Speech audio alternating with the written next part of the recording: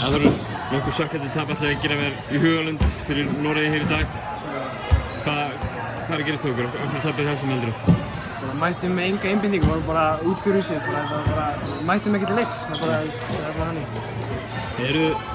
Þeir eru undir lengi í leiknum, en það er nú ekki mikið samt. Náðu að koma með gott áhlaup í fjóra leiklutunum og komast 1-2 stigum yfir og eitthvað svona. Virðist vera að ná tökum á leiknum. Hvað gerir svo? Hvað rennur út í sandinn heldur? Við erum klaufalegir.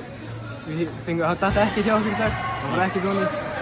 Við vorum að hleypa þeim inn í miðjuna, þeir voru að fá villur og við gerðum fullt af mistökum sem við erum bara að bæta fyrir næsta leik, bara áfram gakk. Við getum ekki hætt núna, það er 2 leikir eftir.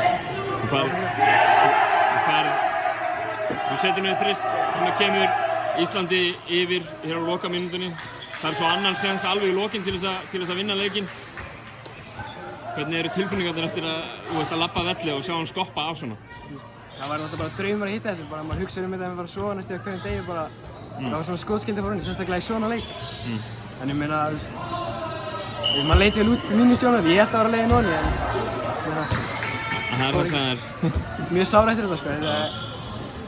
Hvað þriði leikurinn með landsliðinu, við setjum þennan leik í baksinn í speilin. Hvernig finnst þér liðið vera að koma saman? Við erum allir mjög góða vinir og svona, það vantar upp á bara að mæta einbeittir og gera það sem við erum að gera. Við mætum ekki einbeitt til leiks. Þá gengur ekkert upp, maður þarf að vera með hausinn í rétti stað og þá gengur allt upp. Danir á morgun, hafið eitthvað náðu að kíkja á þá? Já, við erum búin að horfa á 2 leiki hjá eitthvað svona, svo er náttúrulega fundir á morgunna sem við förum yfir aðeins betur yfir liðið og svona. Vonandi, við mætum bara, við þurfum bara að gera miklu betur í heimleik. Frábært, takk fyrir.